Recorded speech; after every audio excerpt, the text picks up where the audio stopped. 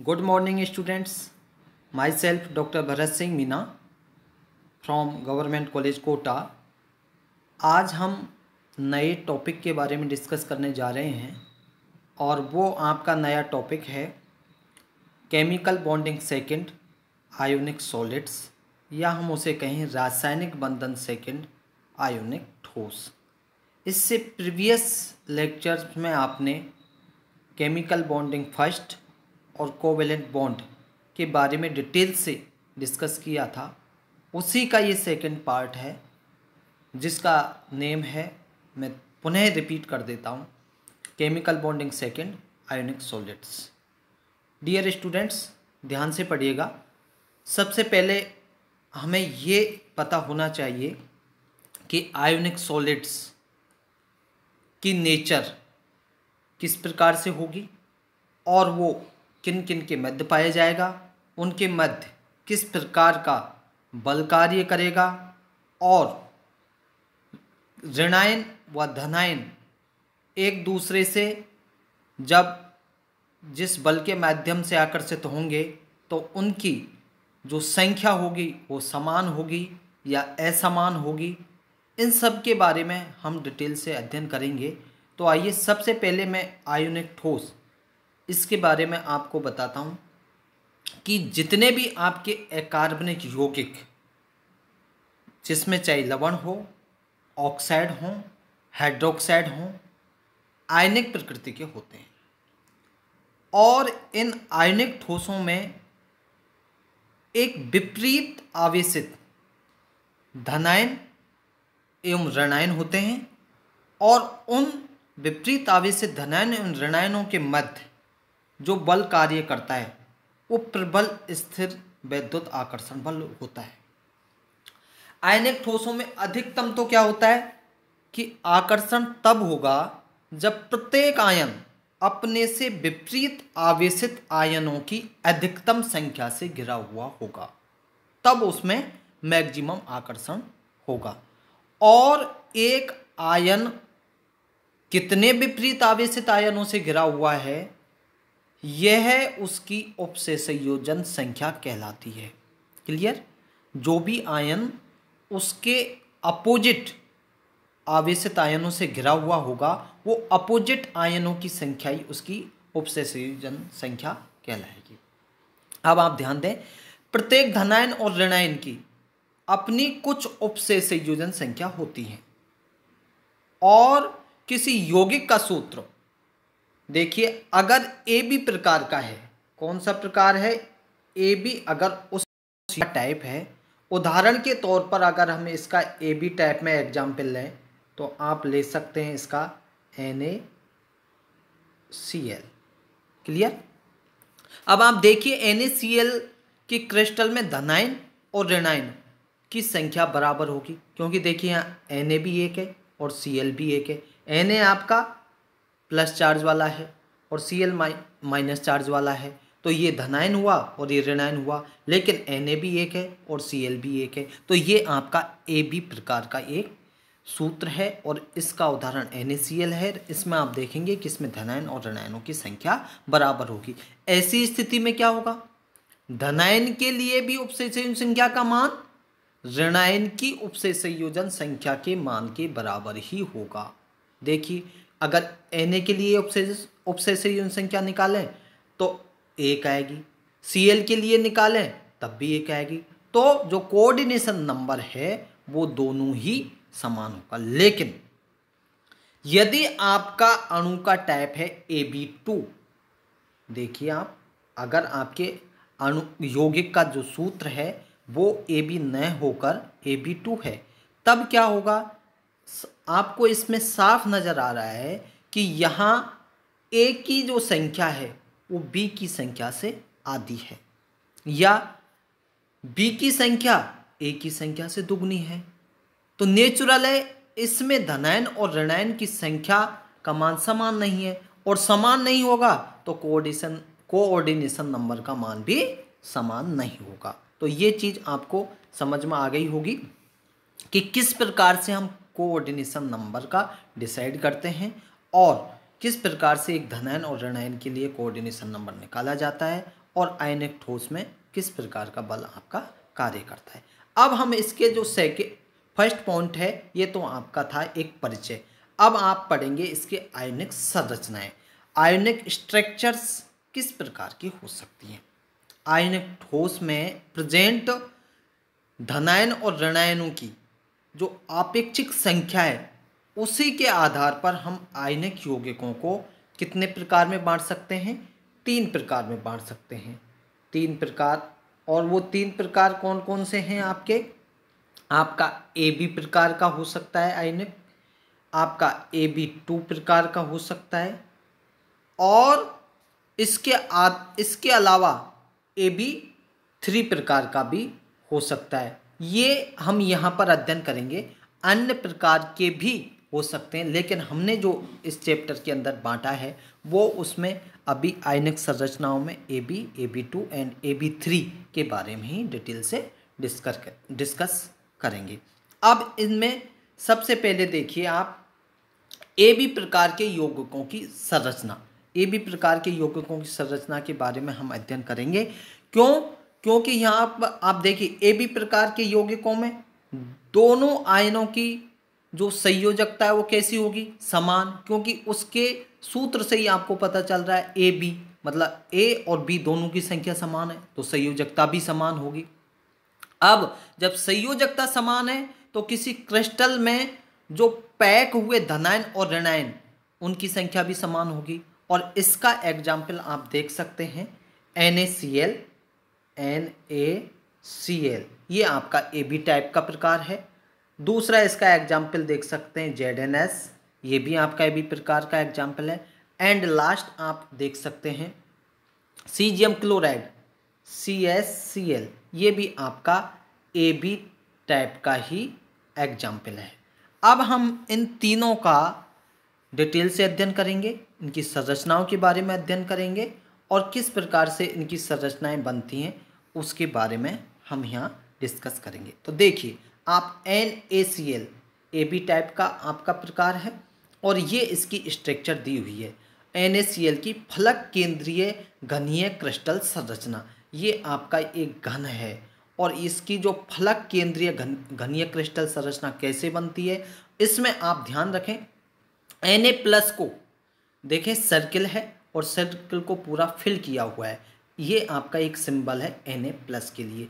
जबकि Cl- के लिए देखिए आपका सर्किल है, उसको Cl- माना है और वो सर्किल पूर्ण रूप से खाली है। तो ध्यान दें Na+ का सर्किल भरा हुआ है, वो सारे Na होंगे, और जो सर्किल खाली है वो Cl- होंगे। अब NaCl की स्ट्रक्चर को आप ध्यान से देखें और समझें। NaCl के लिए Na+ और Cl- की त्रिज्या का जो अनुपात है वो कितना आएगा, 0.52। ये किसके लिए आया, NaCl की त्रिज्या का अनुपात आया। और इन आयनों की जो परस्पर व्यवस्था होगी वो कैसी होनी चाहिए, अष्टफलकीय व्यवस्था होनी चाहिए। क्योंकि प्रत्येक Na+ आयन अष्टफलक के कोनों पर 6 Cl ऋणायनों द्वारा घिरा हुआ है। आप देखिए, आप अष्टफलक के कोने देखिए, 1 2 3 4 5 6 7 8, ये आपके अष्टफलक के कोने हैं। अब जो आपका Na है वो Cl आयनों से घिरा हुआ है, और जो आपका Cl होगा वो Na आयनों से घिरा हुआ है। लेकिन संख्या यहाँ पर Na+ के लिए अष्टफलक के कोनों पर 6 Cl ऋणायनों से घिरा हुआ है। आप इस डायग्राम के माध्यम से देख सकते हैं। इसी प्रकार से Cl के लिए भी यही व्यवस्था होगी। Cl- आयन 6 Na+ धनायनों द्वारा अष्टफलकीय आकृति में घिरा रहता है। अतः इनकी जो कोऑर्डिनेशन नंबर होगी वो दोनों के लिए कैसी होगी, समान होगी, और वो आएगी आपकी 6:6। और एक और चीज भी आपको यहाँ देखने को मिलेगी, जो Cl आयन है उसकी जो व्यवस्था है वो आपको कैसी नजर आएगी, स्क्वायर लैटिस के रूप में भी नजर आएगी, जिसमें प्रत्येक Cl आयन अपनी सतह में 4 अन्य Cl आयनों द्वारा घिरा हुआ है। आप इस स्ट्रक्चर को गौर से देखेंगे, ये अंदर वाली स्ट्रक्चर देखेंगे तो आपको ये समझ में आ जाएगा। आप देखिए यहाँ पर तो क्या हो रहा है कि ये Cl- आयन है और ये इस स्ट्रक्चर के माध्यम से देखेंगे तो Na आयनों से घिरा हुआ है, और इस दूसरी स्ट्रक्चर में देखेंगे तो ये Na आयन है और ये इसके कोनों पर 6 Cl आयनों से घिरा हुआ है। तो ये तो 6-6 वाला आपका मैनेजमेंट हो गया। अब वो पुनः कह रहा है कि प्रत्येक Cl आयन अपनी सतह में 4 अन्य Cl आयनों द्वारा घिरा रहेगा। तो ये देखिए 4, 2 और 2, 4 से घिरा हुआ है, और इसके साथ साथ ही क्या होगा, 4 Cl आयनों के मध्य के रिक्त स्थान में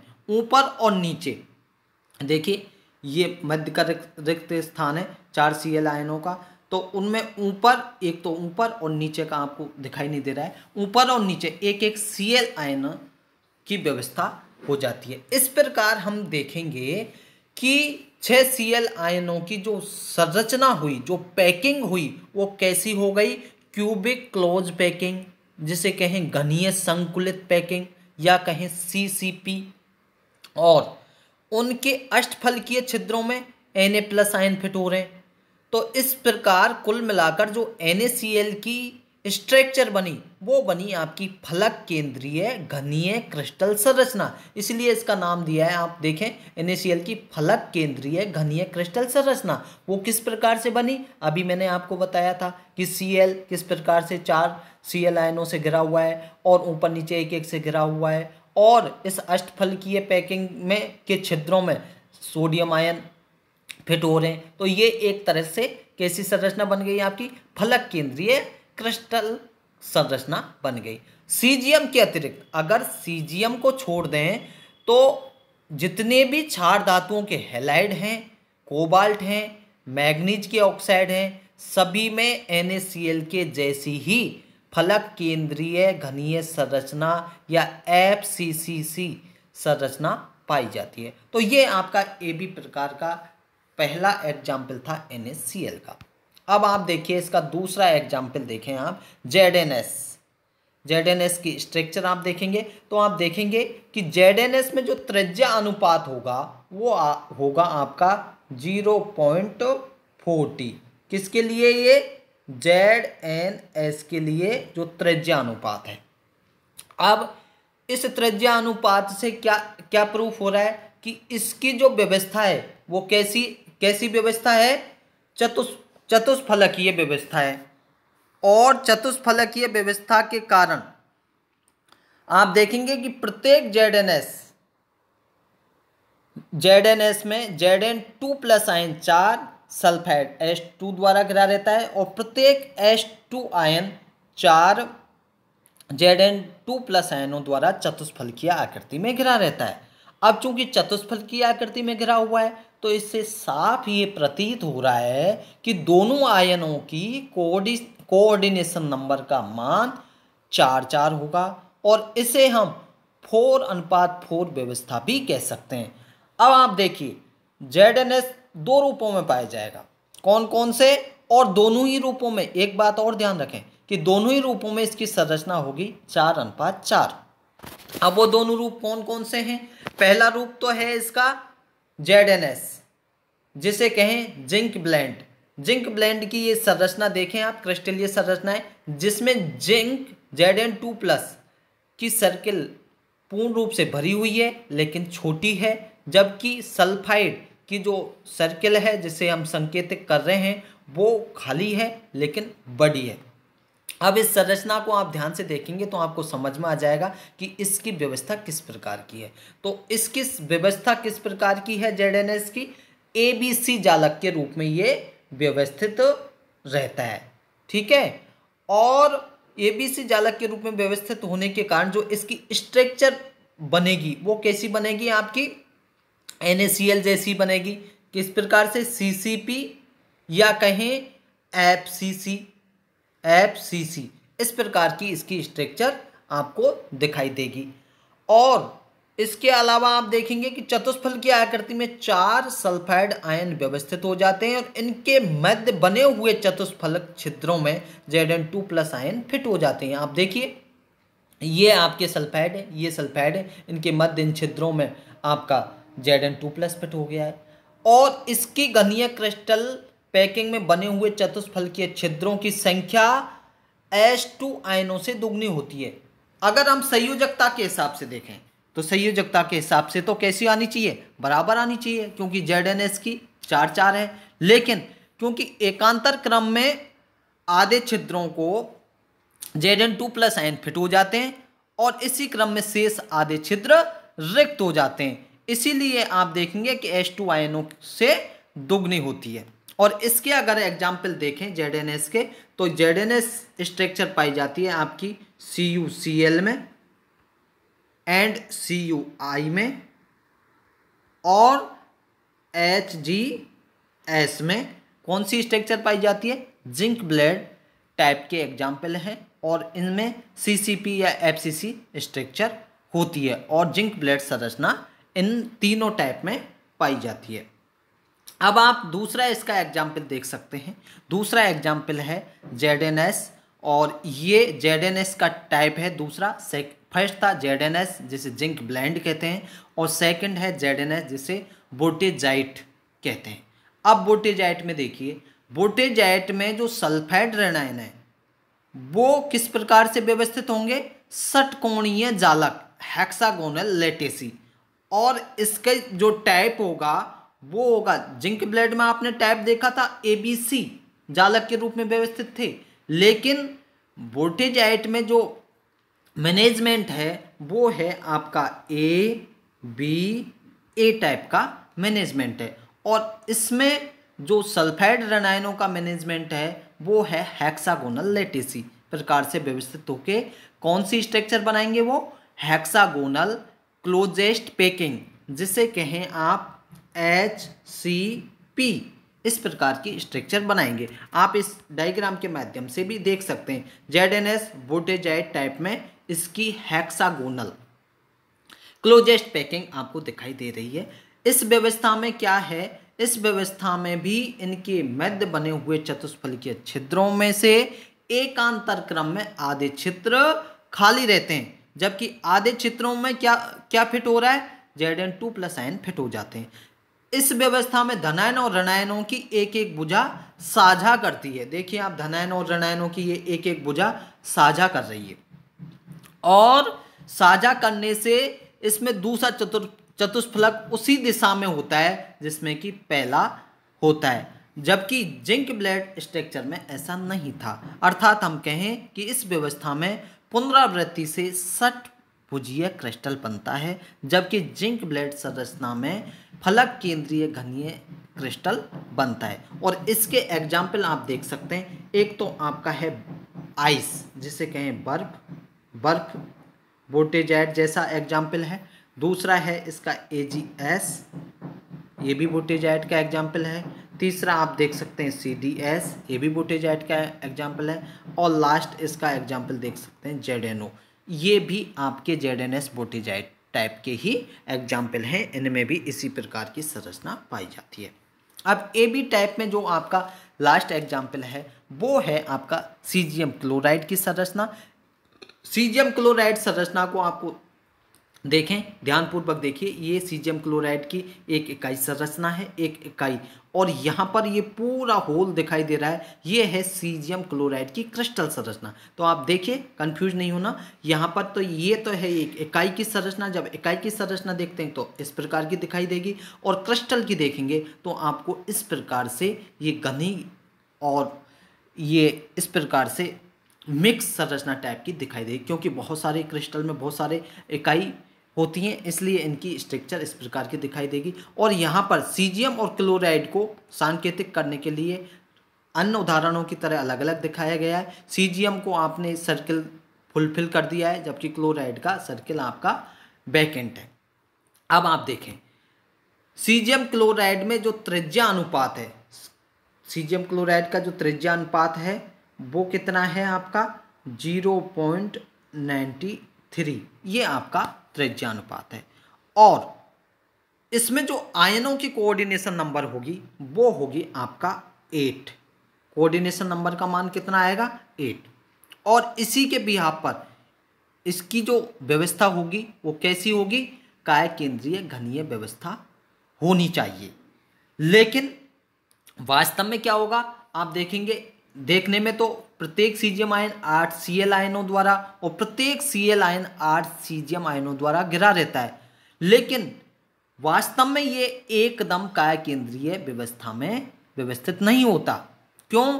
क्योंकि काय केंद्रीय घनीय व्यवस्था में क्या होता है कि घन के केंद्र में जो परमाणु होता है वही परमाणु तत्व के कोनों पर होता है, और ऐसी जो व्यवस्था होती है वो किस में होती है? मेटल्स में होती है। लेकिन आप सीजियम क्लोराइड में देखेंगे, सीजियम क्लोराइड की अगर स्ट्रक्चर देखेंगे तो आपको इस प्रकार की व्यवस्था नहीं दिखाई देगी। काय केंद्रीय में जैसा बताया ना कि जो आपके सेंटर में होगा वही आपके कोनों पर होगा, लेकिन यहाँ आप देखिए सेंटर में तो क्लोराइड है और कोनों पर आपका सीजियम है, तो ये काय केंद्रीय घनीय व्यवस्था नहीं है। लेकिन आप देखिए यदि घन के केंद्र में सीजियम परमाणु है तो कोनों पर क्लोरीन के परमाणु हैं, और केंद्र में क्लोरीन परमाणु है तो घन पर सीजियम के परमाणु हैं। जबकि काय केंद्रीय घनीय संरचना में केंद्र में और उसके कोनों पर एक जैसे परमाणु प्रेजेंट होते हैं। लेकिन हम इसे सीजियम क्लोराइड संरचना को काय केंद्रीय घनीय संरचना जैसी संरचना कह सकते हैं कि उस प्रकार की संरचना ये देखने में लगती है नहीं, लेकिन ये इस प्रकार की संरचना इसको कहा जा सकता है। वास्तव में ये काय केंद्रीय घनीय संरचना नहीं है। और इसका एग्जाम्पल आप देख सकते हैं इस टाइप के अन्य एग्जाम्पलों में। एक तो है सीजियम ब्रोमाइड CsBr, और दूसरा है सीजियम आयोडाइड CsI। इनमें भी इस प्रकार की ही संरचना पाई जाती है। तो आपने देखा ये आपके जितने भी एग्जाम्पल थे ये सब किस प्रकार के एग्जाम्पल थे? AB टाइप के एग्जाम्पल्स के उदाहरण थे। Thank you.